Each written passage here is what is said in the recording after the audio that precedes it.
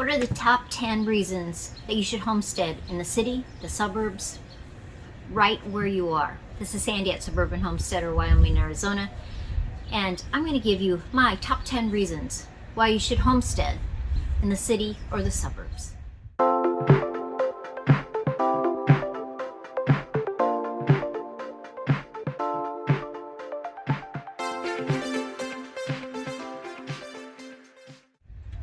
Now, in our changing world, crazy world that every single day there's things that are changing. Number 10. Homesteading in the city or the suburbs is going to change your mindset. And it's actually going to change your carbon footprint. You're going to start shopping in the garden instead of going to the grocery store. You're going to be shopping at your fruit trees and shrubs before you go to the grocery store. You're going to change your mindset when it comes to spending money out of your wallet. Before you buy something, you're going to think, can I fix that? Can I do something different with that? You'll start looking at things that you want to buy locally instead of from a chain store. It just happens. People think it won't happen, but it does happen because you are so mindful of every dollar you spend. Now, number 9, you're going to save money. You're going to save money that you're not purchasing acreages. You may purchase an acreage as a homesteader, and there's a lot of things that you have to do to that acreage in that farmhouse before it's livable or livable the way you want it to. So why not stay right where you are and do almost everything right there? You have to consider the cost of travel, taxes, maintenance on your vehicles. You have to really consider a lot of things when you pick up everything you know and move out of the city or suburbs to an acreage. If you stay right where you are, you're literally going to save money. You're close to your family, your friends, your work. Your kids are close to their schools. You're close to the appointments. All the things that are great about a city, you're close to. But you're going to make yourself your own micro homestead right in the city or the suburbs. Number 8. One of my sayings that I tell everybody is make it, bake it, sow it, grow it. And that's what a homesteader does. They look at things differently. They have something, instead of it becoming disposable and that they're just going to throw that out, they're literally going to try to fix it. Fix it before they buy something new. They're going to use it, fix it, they're going to repurpose it, they're going to use it to its fullest instead of having everything disposable, because a homesteader thinks that way. Number 7. As a homesteader, you're going to learn new skills. Now that could be learning to garden, sewing, cooking, baking, freezing, pickling, fermenting. Those are things inside the house. Outside, you may learn woodworking, welding, animal husbandry. You are going to learn skills that will complete you as a homesteader. Now, you always have to look at regulations that your city or your suburb or your HOA may have, because that can affect what you can actually do on your property. But almost every major city in the United States lets you have animals now.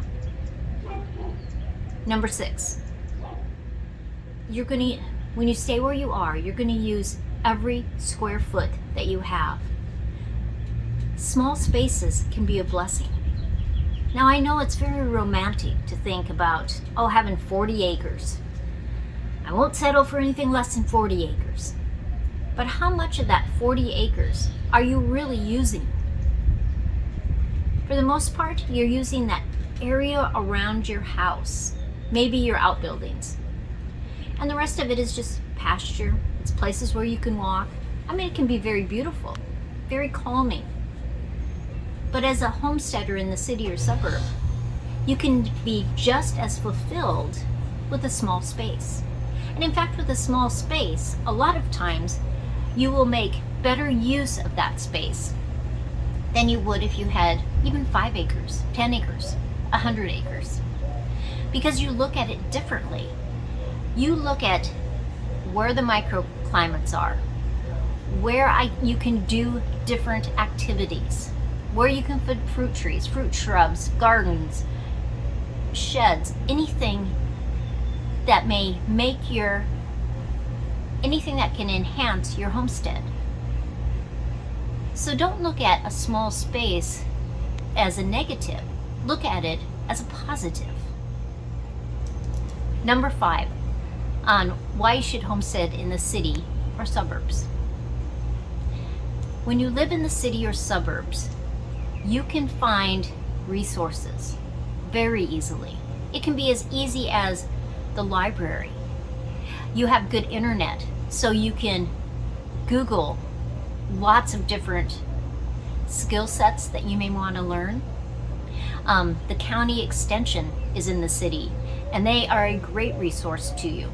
Master gardeners are a resource to you. You can find sources for your garden. Now, gardeners are very generous, and they are always dividing plants, always propagating, and they are willing to share, a lot of times for free. And so you have those resources right where you are. Cafes throw away coffee grounds. They throw away old salad that you may use for your rabbits. Microbreweries have beer grains that you can use in your gardens, in your compost. So those resources, those things that you learn that are right in your locality, can be a great resource for your homestead. Another thing that you may look at, tree trimmers. In the city, they have to dispose of those limbs, which they usually chop up, and a lot of times they have to pay the landfill to drop them off, and they are very willing to drop them off at your house for free. One of the other skills in number 5 is you can learn to barter. You have something, somebody else has something. How can you barter that so it doesn't cost you any money? And that is a skill set that everyone should know, no matter where they live. You also learn how to recycle and upcycle things. Number 4, animals. Now, not every homestead has animals. I know sometimes you think, oh, you're not a homesteader if you don't have chickens. That's not true. You may have chickens, quail, rabbits, ducks, bees. What about earthworms? What about red wigglers? Those can be part of animal husbandry. And when you have animals, always look at the regulations in your city, your town, your suburb. But most of them will let you have hens, no roosters.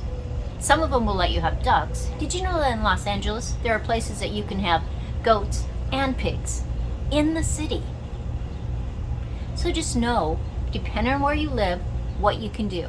But when you have those animals, what can you get from them? Now, of course, you get compost from them. You get a lot of joy and entertainment from them. But from hens and quails, you're going to get eggs.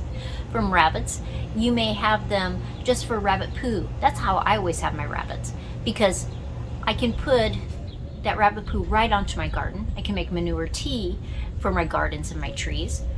And so it's a benefit to me. Having a little worm farm, that's a benefit, the compost that it makes.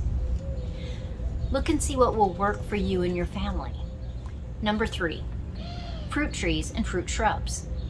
When we first bought our house in Wyoming, one of the best advice that I had, because there was no trees, there was no grass, there was nothing,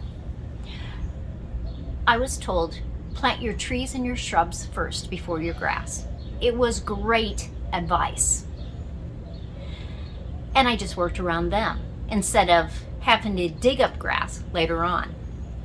It was good advice for me. Now in Arizona, we have a navel orange, we have a blood red orange, we have a ponderosa lemon, we have a Meyer lemon, actually 2 Meyer lemons, we have a fig, we have an avocado, we have a sweet lime, and who knows what else I will grow.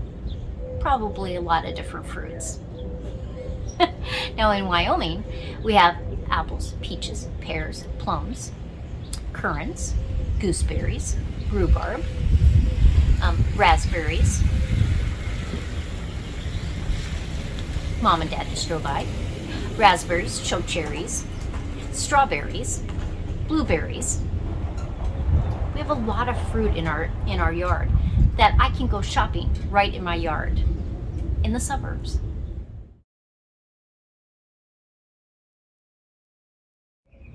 Adding a garden. This is a great thing to do as a homesteader, and probably one of the first things that people do as a homesteader.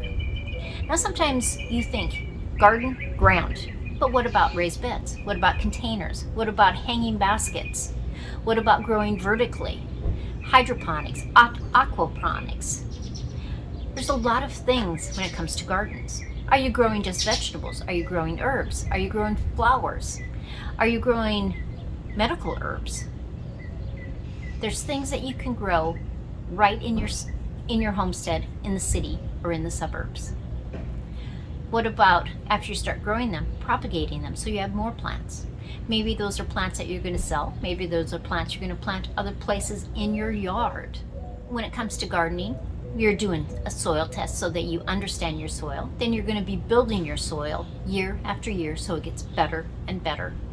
And in exchange for that, your soil is going to give you more fruit, more vegetables, more herbs, and it becomes a balance between you and your land, right there in the city or the suburbs, your house. There is a lot of options for you when it comes to gardening, and that's why I have it at number 2. Number 1, the number 1 reason to homestead in the city or the suburbs. Your time becomes your own. Now, granted, you have jobs, and I understand that, but you will be amazed at how time changes for you, how it expands for you, how it expands for your family, how activities become part of your everyday life on your homestead. You become self-sufficient, self-reliant, and self-sustaining. And those are great goals, because you never know what this changing world is going to bring us. What if you can't go to the grocery store? As a homesteader, you've learned skills like canning and candle making, and becoming a homesteader in the city or in the suburbs can be a starting off point. Maybe you still really want to have that acreage out there. You learn those skills before you ever have to leave your house. Your homestead right there in the city or suburbs makes it so that you can learn those skills. So if eventually you do buy land, you already have that skill set. You become healthier, you're eating healthier, you're looking at food differently, and the time you spend on your homestead becomes potentially a moneymaker. Why? Because those hens, you can sell eggs. From your garden, you can sell produce or seedlings. The herbs, the same way. Now, I can sell rhubarb all day long back home in Wyoming. But if I make a rhubarb pie, I can sell it at a better cost for me. And the people don't have to do any of that work.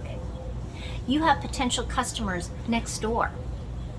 There's farmers markets you could sell at. You can put it on Facebook, Craigslist, and you can sell it. It all becomes part of what you are as a homesteader in the city or the suburbs. Now I'm going to break each one of these down because there's pros and there's cons to everything. And so over the next several weeks, I'm going to start at number 10 and I'm going to go through to number 1, and we're going to break it down and we're going to discuss each point on becoming a homesteader in the city or suburbs. As always, like, subscribe, share with the world, and I will see you next time.